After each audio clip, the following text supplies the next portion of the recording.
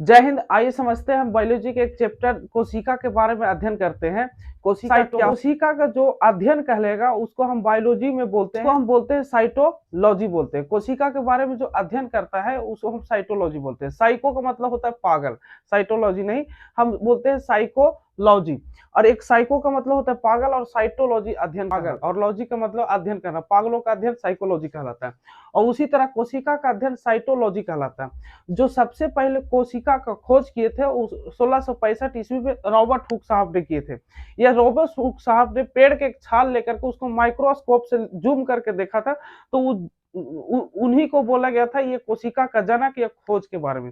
अब जो भी व्यक्ति पहले जानेगा उसी को हम खोजकर्ता बोलते हैं। उसके बाद जीवित कोशिका का खोज करने वाले एंटो वॉन लीवेनहॉक साहब ने थे। और कोशिका का सिद्धांत, कोशिका के बारे में वो स्लाइडेन, जैसे कोशिका को तो बाहरी अंग से देख लिए थे, लेकिन कोशिका के अंदर माइटोकॉन्ड्रिया, गोल्गी काय, वैक्यूल्स, राजधानी, स्मूथ यार, इंडोप्लाज्मिक रेटिकुलम, लाइसोसोम, न्यूक्लियस, इस सब के बारे में अध्ययन करने के लिए ये स्लाइडन स्वान दो वैज्ञानिक ने बताए थे। अब देखते हैं यहाँ ओवरऑल पूरी दुनिया में सबसे छोटी कोशिका की बात करेंगे। पूरी दुनिया में सबसे छोटी कोशिका माइकोप्लाज्मा। बहुत सारा का लगता होगा कि कोशिका जो होता है पूरी दुनिया में सबसे छोटा है, ये गलत बात है। ये हमारी बॉडी का सबसे सूक्ष्म इकाई है। इकाई क्या है और अंग क्या है इस आगे में समझेंगे। बड़ी क्या है, तो पूरी दुनिया में सबसे बड़ी अगर जो कोशिका की बात करेंगे तो शुतुरमुर्ग का अंडा होता है, जिसकी लंबाई 17 सेंटीमीटर और चौड़ाई 13 सेंटीमीटर होता है। ये सबसे पूरा ऑल ओवर वर्ल्ड में हो गया सबसे छोटी कोशिका माइकोप्लाज्मा। ये ऑल ओवर वर्ल्ड में सबसे बड़ी हो गया शुतुरमुर्ग का अंडा।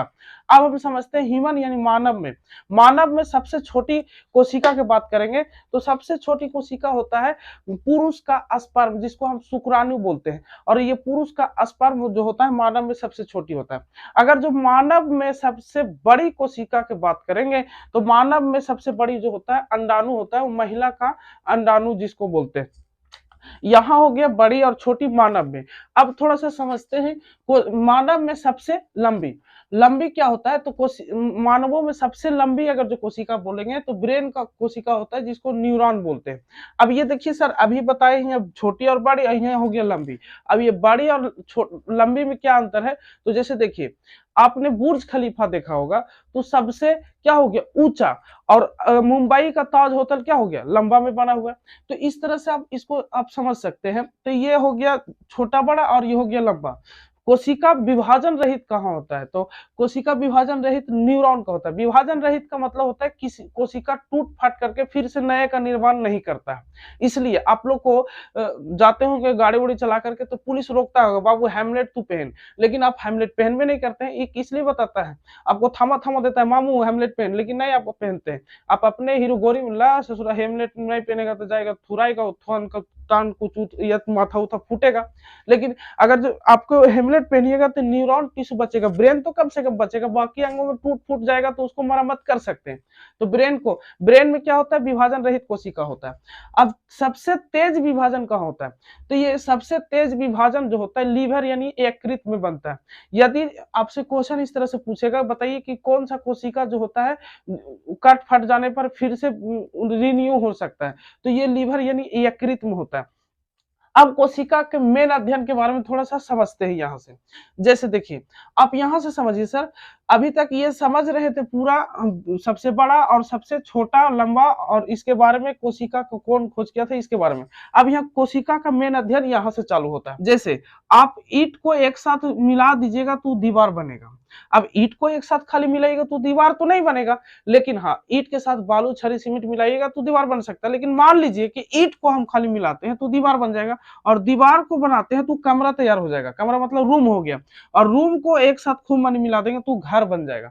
उसी तरह कोशिका, छोटे छोटे कोशिकाओं को मिला देंगे तो उत्तक बन जाएगा, और उत्तक को मिलाने से अंग बनता है, और अंग को मिलाने से शरीर बनता है। आई होप यहाँ तक समझ पाए होंगे। ये पूरा बड़ा छोटा ओवरऑल यहाँ जो दोनों दिखाई दे रहा है, ये बड़ा छोटा आपको पूरी दुनिया में दिखाई दे रहा होगा। ये जो देख रहे हैं बड़ा छोटा, ये मानव में दिखाई दे रहा होगा। तो क्वेश्चन इससे पूछेगा तो आप आसानी से इसको जवाब दे सकते हैं। इसका एक कोशिका का अध्ययन शुरुआत करते हैं। सबसे पहले इसमें आता है कोशिका झिल्ली, जिसको इंग्लिश में सेल मेम्ब्रेन कहते हैं। ये सेल मेम्ब्रेन जो होता है ये दोनों में पाया जाता है, पादप और जंतु में। पादप किसको बोलेंगे, पेड़ पौधा, और जंतु किसके बोलेंगे, जानवरों में। हम लोग भी तो एक मैमल्स में मतलब जानवरों में बायोलॉजी के आधार पर आते हैं। तो पादप और जंतु दोनों मिलता है। इसी कोशिका झिल्ली को हम लोग प्लाज्मा झिल्ली होता है। जैसे आप लोग बाजार से जाते हैं दुकान में या कोई चीज को सामान लेने के लिए, जैसे मान लेते दुकान में गए चीनी लेने के लिए, तो चीनी आप ले लाइएगा तो खाली हाथ तो ऐसे हाथ में नहीं ले मुंह में दे दे खोल के डाल दे, ऐसे इस तरह से तो नहीं, ऐसे सुरी तरह डाल देगा मुंह में खोखा के मर जाइएगा। तो उसमें क्या कर देता है, एक झिल्ली या प्लास्टिक में थैली में दे देता है बंद कर करके, तो उसको झिल्ली बोलते हैं। यही झिल्ली में कोशिका के सभी अंग मौजूद होते हैं। यह प्रोटीन का बना होता है और कोशिका के सभी अंग इसी झिल्ली में होते हैं। कोशिका के सभी अंग जैसे माइटोकॉन्ड्रिया, गोल्गी काय, रसधानी, वैक्यूल से एंडोप्लाज्मिक रेटिकुलम, समझ गए कि नहीं? तो इसमें सभी मौजूद होते हैं, उसके बारे में हम आगे समझेंगे। तो ये प्लाज्मा झिल्ली इसी को बोलते हैं, कोशिका झिल्ली इसी को बोलते हैं। अब कोशिका भित्ति क्या होता है, ये इस तरह से बना होता है। मान लेते ये कोशिका है और कोशिका के बाहरी मतलब परत को यहाँ पर जो देख रहे हैं, इस परत को हम कोशिका झिल्ली बोलेंगे। अब कोशिका भित्ति क्या होता है, ये ओनली फॉर प्लांट में पाया जाता है, यानी पादप में, सिर्फ पेड़ पौधों में पाया जाता है। और ये पेड़ पौधों में पाया जाता है, ये ओनली फॉर पादप में पाया जाता है, यानी पेड़ पौधों में पाया जाता है। इसकी बाहरी परिवर्ती होती है। कोशिका झिल्ली, इसी को सेल वॉल भी बोलते हैं। कोशिका झिल्ली क्या करता है, पेड़ पौधों को सुरक्षा प्रदान करता है। जैसे अब बरसात के मौसम में पेड़ पौधों के लिए आप छत लगा देते हैं, ले हमारे छत पर ओढ़ ले, आप अपने खुद तो बचते हैं, और बरसात हो गया, गर्मी हो गया, तो उसके भगवान क्या बना दिया है, बाहर से एक सेल वॉल बना दिया जिसको कोशिका भित्ति बोलते हैं। यह सिर्फ पेड़ पौधों या पादप में पाया जाता है। कोशिका भित्ति यानी कोशिका भित्ति जो होता है पेड़ पौधों में सेल्यूलोज का बना होता है। इसलिए आपके पास कई भी पदार्थ जो होते हैं, जैसे ये बोर्ड है लकड़ी का बना होता है, तो इसमें भी सेल्यूलोज पाया जाता है। आपसे पूछता है कई प्रकार से प्रश्न, बताइए कि हमारे कागज मतलब कॉपी पर जिस पर आप लिखते हैं वो भी सेल्यूलोज का बना होता है। कपड़ा किस चीज का बना होता है, सेल्यूलोज का। फिर पैसा आपके पास जो होता है 1000, 2000, 500 का नोट जो होता है, ये भी सेल्यूलोज का बना होता है। तो ये इसका काम होता है सुरक्षा तथा आकार प्रदान करता है। इसको आगे माइटोकॉन्ड्रिया के बारे में बात करते हैं। इसका माइटोकॉन्ड्रिया के इंग्लिश में नाम होता है, इसको हिंदी में बोलते हैं सूत्रकणिका। इसका खोज अल्टमैन ने किया था। माइटोकॉन्ड्रिया क्या करता है, हमारे फेफड़ा से जो सांस निकलता है उसे श्वसन के लेकर के कोशिका के सभी अंगों में जो माइटोकॉन्ड्रिया होता है उसको जगह जगह पर क्या करता है, पहुंचा देता है। उसमें श्वसन की क्रिया के द्वारा माइटोकॉन्ड्रिया के पास श्वसन पहुंचा देता है। अब श्वसन क्या करता है, कोशिका में जा करके माइटोकॉन्ड्रिया जो होता है एक क्रेब्स साइकिल चलाता है। क्रेब्स नामक वैज्ञानिक ने क्रेब्स का खोज किया था। क्रेब्स रिसाइकिल चलाता है, जिससे क्रेब्स क्या करता है, तो क्रेब्स जब चक्रण चलता है तो 38 एटीपी, एटीपी का फुल फॉर्म एडिनोसिन ट्राइफॉस्फेट, मिल करके 38 एटीपी बराबर 1 ग्लूकोज का निर्माण करता है। जी हाँ, माइटोकॉन्ड्रिया में 38 एटीपी बराबर 1 ग्लूकोज। आपसे पूछेगा कि 38 एटीपी बराबर क्या होता है, तो 1 ग्लूकोज। एटीपी का फुल फॉर्म एडिनोसिन ट्राइफॉस्फेट होता है, और इसलिए माइटोकॉन्ड्रिया के कोशिका का क्या कहा जाता है, पावर हाउस। ये देखिए माइटोकॉन्ड्रिया है, इसको एम से सूचित करते हैं। अब जरा देखिए, शरीर के सभी अंगों तक जो होता है कोशिका को लिए ऊर्जा जरूरी होता है। कोशिका के मतलब सभी अंगों में कोशिका होता है और सभी कोशिकाओं को ऊर्जा जरूरी होता है। लेकिन क्या बात होता है, अब पैर में, हाथ में, लीवर में, फेफड़ा में, कान में, कनपट्टी में, तो सब जगह कोशिका है, लेकिन सभी कोशिकाओं को ऊर्जा तो चाहिए। तो ऊर्जा बनाने का काम करता है माइटोकॉन्ड्रिया। लेकिन कोई कोई कोशिका जो होता है जिसको ज्यादा ऊर्जा चाहिए, जैसे अब धावक दौड़ने वाला है, स्पीड दौड़ रहा है, तो उसको पैर में ऊर्जा चाहिए। बैडमिंटन खेलने वाला, बैट मारने वाला, बैट्समैन प्लेयर जो खिलाड़ी होता है उसको कहाँ ऊर्जा चाहिए, हाथ में चाहिए। कोई सिलाई मशीन काम कर रहा है, कोई धागा दिखा रहा है, कोई भी चीज काम कर रहा है, कोई काट रहा है किसी भी चीज, घासुआ काट रहा है, तो उसको हाथ में चाहिए।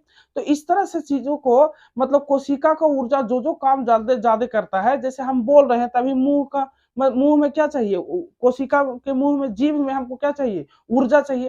तो आप पैरवा हथवा में तो काम नहीं कर रहा है और पूरा शरीर में काम नहीं हो रहा है, लेकिन मुंह से तो काम हो रहा है। तो मुंह में किसको चाहिए, तो हमको जीभ के चाहिए। तो जीभ में कोशिका लावेगा कौन, कि पूरा शरीरवा में से खखोर के कोशिका का ऊर्जा एगो जीभ में दे दे। अगर जो जीभ में बोलते बोलते हम 1 घंटा तक बोल देते ऐसे ऐसे कर लगेंगे, मतलब हमको जीभ अब चलना बंद हो जाएगा।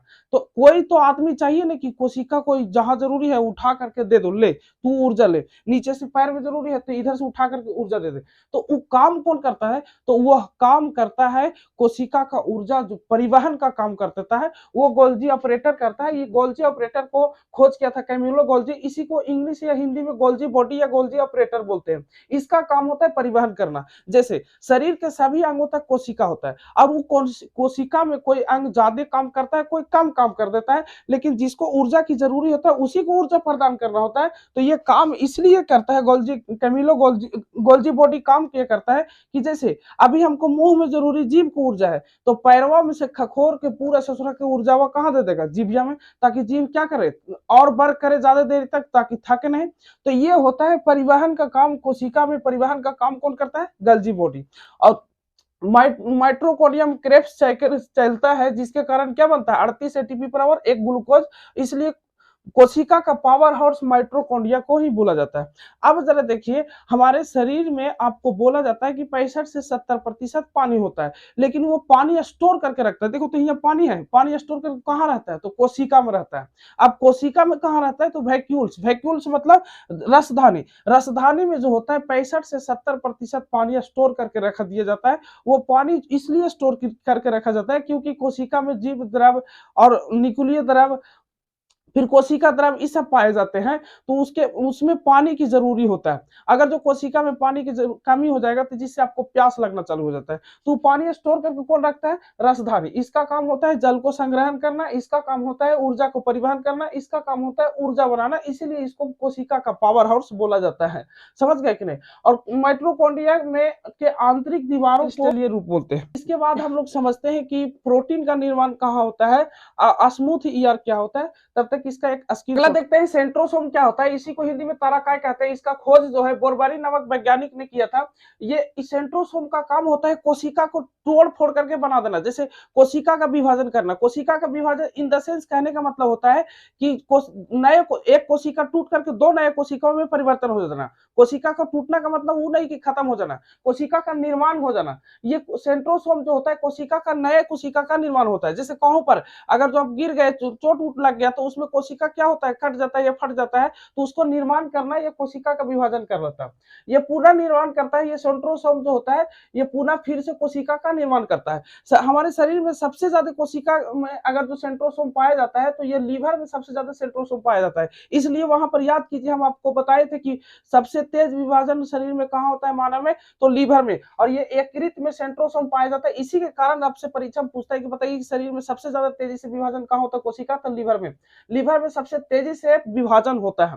और उसके बाद सबसे कम उसमें बताए थे ब्रेन में कोशिका का विभाजन नहीं होता है। लेकिन सब सुने होंगे कि ब्रेन का कैंसर हो जाता है। ये ब्रेन का कैंसर कैसे हो जाता है बाबू, कैंसर मतलब शरीर में कोशिका का अत्यधिक बढ़ जाना, वही क्या कहलाता है, कैंसर कहलाता है। मतलब शरीर में किसी भी अंग में कोशिका का अत्यधिक बढ़ जाना वही कैंसर कहलाता है। तो ब्रेन ट्यूमर कैसे हो जाता है, तो आपको बता देते हैं कि ब्रेन में जो होता है न्यूरॉन का जो सेल होता है, न्यूरॉन सेंट्रोसोम जो सेल होता है वो 90% होता है। और ब्रेन के कोशिका में 10% गिलियल सेल पाए जाते हैं। जी हाँ सर, गिलियल सेल पाए जाते हैं। यही गिलियल सेल में आपको सेंट्रोसोम होता है। ये 10% में गिलियल सेल में सेंट्रोसोम पाया जाता है। और यही गिलियल सेल क्या करता है, ब्रेन में कोशिकाओं को सबसे तेज विभाजन कर देता है, जिसके वजह से ब्रेन ट्यूमर कहलाता है और इस व्यक्ति को मौत हो जाता है। इस प्रकार से मतलब ब्रेन में कोशिका के जो न्यूरॉन जो होता है इसमें 90% न्यूरॉन सेल होता है, लेकिन 10% उसी ब्रेन में गिलियल सेल पाए जाते हैं। और यही गिलियल सेल में सेंट्रोसोम होता है। और सेंट्रोसोम का होता है काम कोशिका का विभाजन करना। और यही कभी कभी क्या करता है, कोशिका को बहुत तेज विभाजन कर देता है, जिसे ब्रेन ट्यूमर कहलाता है। कैंसर क्या है तो आप समझ गए। अब हम समझते हैं अंतः प्रदत्त जालिका क्या है, इंडोप्लाज्मिक रेटिकुलम किसको बोलते हैं। यह कोशिका में आंतरिक कंकाल का काम करता है। कंकाल कहने का मतलब है कि आपके शरीर में जो कंकाल होता है शरीर को खड़ा करने में होता है। इसी तरह से आपके घर में पिलर लगे होते हैं बड़ा बड़ा, उसको घर को क्या करता है, खड़ा करता है। तो ये कोशिका को खड़ा रखता है, ये सहायता करता है, आंतरिक सहायता देता है, जिसे कोशिका क्या करता है, खड़ा रहता है एनी टाइम। इसमें दो तरह से पाए जाते हैं। एक होता है स्मूथ ईआर मतलब स्मूथ इंडोप्लाज्मिक रेटिकुलम, जिसको मतलब चिकना अंतः परदत्त जलिका और दूसरा होता है रफ परदत्त जलिका, जिसको रूखड़ा या खुरदरा बोल सकते हैं। इसमें दो तरह से होता है, ये देखिए रफ वाला और स्मूथ वाला। स्मूथ वाला ईआर जो होता है वसा का निर्माण कर देता है, और रफ वाला जो होता है प्रोटीन को बनाता है, प्रोटीन को बनाने का जगह देता है, इसलिए प्रोटीन को बनाता है। इसमें दोनों में समझेंगे। स्मूथ का मतलब चिकना, जो बसा बनाएगा। बसा कैसे होता है? चिकना होता है, जिसकी वजह से क्या बनाता है? स्मूथ वाला बसा का निर्माण करता है। और रफ जो होता है, रफ में पाए जाते हैं राइबोसोम, और यही राइबोसोम जो होता है प्रोटीन का निर्माण कर देता है। लेकिन यह रफ वाला खुरदरा जो है राइबोसोम का घर है, ये इसमें नहीं होता है प्रोटीन का निर्माण। प्रोटीन का निर्माण करने के लिए एक अलग होता है आर से राइबोसोम, उसको हम अभी तुरंत बताते हैं। यहाँ पर दो तरह से बांट दिया गया है। जैसे आप किसी के घर में आप रेंट लेके रहते हैं, तो आपका घर नहीं हुआ, वो आपको पढ़ने के लिए रेंट आपको वो किराया ले रहा है। तो उसी तरह से ये अंतः परदत्त जालिका जो है, यहाँ पर रफ वाले घर को राइबोसोम को दिया है किराया पर, तू रह बाबू, काम कर सकता है, पढ़ सकता है। जैसे रेंटर पर आप रह के पढ़ सकते ही नहीं कि ससुरा हमारे देहात में मतलब अथी में क्या बोलते हैं, तिलकाय में हमको घर बना देते, हम तोरा घर पढ़े के लिए, तो सब घर में तोरे नाम कर देते। इस तरह से आपको मालिक मकान मालिक नहीं कर देता है। तो इसी तरह से स्मूथ ईआर जो रफ ईआर होता है, राइबोसोम को रहने का देता है। तू काम करेगा लेकिन अपने काम करेगा, ही नहीं कि घर बहुत चलेगा। तो इसी वजह से रफ वाला जो होता है राइबोसोम का निर्माण करता है, स्मूथ वाला जो होता है वसा का निर्माण, और रफ वाला इंडोप्लाज्मिक रेटिकुलम जो होता है प्रोटीन का निर्माण करता है। अब राइबोसोम क्या होता है? राइबोसोम देखिए, आइए समझते हैं। राइबोसोम यहाँ जो होता है पैलाइडिन है, हालांकि इनका राइबोसोम को खोज जॉनसन नाम वैज्ञानिक का भी नाम आता है, लेकिन पैलाइडिन ने पूरा परी इसका क्या दिया था, तो इसके बारे में सिद्धांत दिया था। ये राइबोसोम जो होता है प्रोटीन का निर्माण करता है, कहाँ जाकर के? ईआर में, स्मूथ ईआर में, अंदर इंडोप्लाज्मिक रेटिकुलम में। ये इसको इसलिए इसको प्रोटीन का जब निर्माण करता है, इसलिए कोशिका का प्रोटीन का फैक्ट्री इसी को बोला जाता है। किसको? राइबोसोम को। आपसे पूछेगा कोशिका का फैक्ट्री मतलब प्रोटीन का फैक्ट्री कोशिका में किसको कहा जाता है, तो राइबोसोम को कहा जाता है। ये देखिए, इसको सेडिमेंटेशन कोफिशिएंट का आधार पर इसको 70SS को छोटा होता है उसको बोलते हैं प्रोकैरियोटिक, और 80SS को बड़ा होता है उसे यूकैरियोटिक सेल बोलते हैं। सेडिमेंटेशन कोफिशिएंट का मतलब होता है जब दो तरल को एक किसी टीन या किसी पात्र में डालने पर जो तरल द्रव जल्दी से बैठ जाता है, उस सेडिमेंटेशन कोफिशिएंट के आधार पर वो बड़ा होता है। लीजिए और मिट्टी का एक घोल के लीजिए, और सेडिमेंटेशन कोफिशिएंट के आधार पर दोनों के तरल में डालिए, तो मिट्टी के देखिए धीरे धीरे बैठ जाएगा, और दूध क्या रहेगा? चला जाएगा। तो उसी आधार पर सेडिमेंटेशन कोफिशिएंट के आधार पर वो बड़ा होता है, तो बड़ा को बोलते हैं हम लोग यूकैरियोटिक, और छोटा को बोलते हैं प्रोकैरियोटिक। और प्रोकैरियोटिक क्या होता है? 70SS और 80SS जो है बाबू, ये कोशिका बहुत बड़ा चैप्टर, इसका पार्ट 2 लेकर आवेंगे, तो 70SS और 80SS के बारे में हम लोग समझते हैं। केंद्रक क्या है? कोशिका में सबसे मुख्य भूमिका निभाने वाला केंद्रक ही कहलाता है। केंद्रक देखिए, केंद्रक क्या होता है? तो केंद्रक जो है सभी को काम करने करता है। का चाचा माइटोकॉन्ड्रिया जल्दी जल्दी काम करो, ऊर्जा बनाओ, गल्जी का परिवहन करो, ढोढा करो, उन्हें काम हो रहा है, जीव जल्दी जल्दी काम कर रहा है, उसको ऊर्जा दो। वैक्यूल्स पानी दो ले जा करके। ये सेंट्रोसोम कोशिका का विभाजन करो, जैसे यहाँ मार दिए तो कोशिका 4-5 को मर गया, तो कोशिका 4-5 को मर गया, तो उसको बनाने का कौन काम करेगा? सेंट्रोसोम। स्मूथ ईआर जगह दो, राइबोसोम आवेगा, प्रोटीन का निर्माण करेगा, वसा का निर्माण करेगा, राइबोसोम प्रोटीन का निर्माण करो। समझ गए कि नहीं? तो ये केंद्रक जो होता है सबका बाप होता है। समझ गए कि नहीं? सबका बाप होता है, कंट्रोल करके कौन रखता है? केंद्रक। समझ गए? और इसका एक सहायक होता है लाइसोसोम, उसके बारे में अभी तुरंत बताएंगे। लेकिन सभी का बाबूजी कौन? केंद्रक। केंद्रक जो होता है, केंद्रक का खोज रॉबर्ट ब्राउन ने किया था। रॉबर्ट ब्राउन ने किया था केंद्रक का खोज, रॉबर्ट ब्राउन ने किया था। केंद्रक जो होता है कोशिका का ब्रेन ऑफ सेल कहलाता है। ये कोशिका को कंट्रोलर होता है। जैसे माइटोकॉन्ड्रिया काम सही से नहीं कर रहा, कोशिका तुरंत हो रही है, क्या कर रहा है? मरवा देगा का? बगल में है लाइसोसोम। लाइसोसोम का काम बहुत बड़ा होता है, तो कहता है नहीं काम कर रहा है, उठा कर पटक किए देंगे, यहाँ काम कर रहा है कि बैठे रहा है। गलजी का है, जल्दी सुनो, सबको परिवहन करो ऊर्जा का। वैक्यूल्स पानी दो, सेंट्रोसोम कोशिका विभाजन, स्मूथ ईआर जगह दो, राइबोसोम आवेगा, खाना पकावेगा, आपको प्रोटीन बसा और दोनों पर जमेगा। तो ये brain of controller of cell कौन कहलाता है? केंद्रक कहलाता है। केंद्रक में प्रोटीन की मात्रा 80% होता है, और 10% में डीएनए और आरएनए होता है। ये डीएनए और आरएनए, और इसी में डीएनए और आरएनए में क्रोमोसोम पाया जाता है। यह क्रोमोसोम होता है अपने पीढ़ी दर पीढ़ी अनुवांशिक गुणों को दर्शाता है। वहां पर जब हम डीएनए और आरएनए पढ़ाएंगे तो ये क्रोमोसोम ही पढ़ा देंगे, तो एक अलग सा चैप्टर हो जाएगा। थोड़ा सा इसमें खींचेंगे तो बहुत लंबा हो जाएगा। तो तो यहाँ तक आप समझ गए। ये देखिए कोशिका जो होता है ब्रेन ऑफ सेल कहलाता है, कोशिका का ब्रेन ऑफ सेल न्यूक्लियस कहलाता है। न्यूक्लियस को आप हिंदी में केंद्रक बोल सकते हैं। इसका खोज रॉबर्ट ब्राउन ने किया था। इसमें 80% जो होता है प्रोटीन होता है और 10% डीएनए और आरएनए होता है, और बाकी 10% में माइटोकॉन्ड्रिया, गोल्गी वैक्यूल्स ये सब रहते हैं। समझ गए कि नहीं? और भी इसमें अंग पाए जाते हैं जिसमें डीएनए और आरएनए क्रोमोसोम केंद्रक में ही पाए जाते हैं। यहाँ तक समझ पाए होंगे। तो आगे तक जितना भी चल रहा था कोशिका के बारे में, इस सब का सबसे ये इसका हट के कैरेक्टर है, इसको समझना बहुत जरूरी होता है। मतलब इस सबसे इसका रोल निभाने का जो कैरेक्टर इस सबसे हट के। लाइसोसोम का खोज डी डुबे नामक वैज्ञानिक ने किया था। इससे एक हाइड्रोलाइसिस एंजाइम निकलते हैं जिसको जल अपघटक एंजाइम कहते हैं। ये लाइसोसोम जो होता है हमारे शरीर में सड़ी गली या मर जाने के बाद कोशिका जो मर जाता है, जैसे यहाँ मार दिया तो ये कोशिका यहाँ मर गया, तो उसको हटाने कौन काम करेगा? तो ये लाइसोसोम करेगा। इससे हाइड्रोलाइसिस एंजाइम निकलेगा और वो कोशिका पर छिड़क देगा, तो जिससे वो कोशिका क्या हो जाता है? जल जाता है और जल करके निकल जाता है। इसलिए इसी को बोलते हैं, लाइसोसोम को कोशिका का पाचक बोलते हैं। ये कोशिका को पचाता है, मरी गड़ी सड़ी कोशिका को क्या करता है? पचाता है। ये क्या करता है? कोशिका अगर जो कोशिका में सभी तरह से काम नहीं कर रहा है, माइटोकॉन्ड्रिया काम नहीं कर रहा है, गोल्गी का काम नहीं कर रहा है, वैक्यूल्स काम नहीं कर रहा है, न्यूक्लियस भी चाचा भड़कल है, राइबोसोम भी भड़कल है, तो ये लाइसोसोम बोला ए लाइसोसोम इधर आओ, तोरा कोची काम है रे बेटा? तो ऊर्जा बनाना ने, ऊर्जा बनाओ, नहीं बनाता है। तो कहेगा ससुरा तू यहाँ बैठल बैठल पकड़ा रहा है, करता है कि ले तने सो छिड़क देते हैं। ये एक की तुरी में छिड़क दिया तो पूरा ये माइटोकॉन्ड्रिया खत्म, माइटोकॉन्ड्रिया खत्म तो पूरा कोशिका खत्म। इसलिए क्या कहता है? सुसाइड बैक कहलाता है। अब सब अपने से ही काम नहीं कर पा रहा है तो कहेगा कि हम नहीं मारेंगे, ये न्यूक्लियस भी पगला गया, राइबोसोम भी पगला गया और ये सेंट्रोसोम भी पगला गया, कहेगा हम नहीं काम करेंगे, सब अपन अपन न्यूक्लियस ही पगला गया तो हम कुछ करेंगे। तो अच्छा ठीक है जा, ससुरा तेने पूरा बम बारूद के साथ फट जाता है। तो इसलिए इसको बोलते हैं सुसाइड बैग, आत्महत्या की थैली, लाइसोसोम को बोलते हैं। जब ये पागल हो जाता है, ये सब काम नहीं करने लगते हैं, तो ये अपने आप को क्या करता है? आत्मनिर्भर नहीं रह पाता है तो सबको मार देता है। एक अपने तो जैवे करता है, सबको लेके गया, मतलब मरवे कहता है, साथ खड़े जोड़ भी बार के जाता है। तो इसीलिए इसको बोलते हैं कोशिका का आइटम बम। किसको बोलते हैं? लाइसोसोम को बोलते हैं। अब ये देखिए हमारे शरीर में आपको पता है कि आरबीसी जो होता है, रेड ब्लड सेल्स जो होता है, इसका जीवन काल 120 दिन होता है, उसमें लाइसोसोम नहीं पाया जाता है। तो आखिर वो 120 दिन के बाद वो आरबीसी मर जाता है, तो जाता कहाँ पे है? तो जहां से ये जो पीलिया या पीलिया तिल्ली जिसको बोलते हैं, जहां से ब्लड निर्माण होता है, वहीं पर जाकर के आरबीसी क्या हो जाता है? जाके हुए पर पड़ जाता है और उस आरबीसी में लाइसोसोम रहते हैं और इस लाइसोसोम को आरबीसी को मार करके क्या कर देता है? खत्म कर देता है। इसलिए आपसे क्वेश्चन पूछता है कि आरबीसी का कब्र कौन होता है? तो पिल्ली या तिलिया होता है। आई होप यहाँ तक हम समझ चुके होंगे लाइसोसोम तक के। कोशिका बहुत बड़ा चैप्टर है बाबू, हम लोग इसमें पार्ट में लाइसोसोम के बारे में तक समझ लिए हैं।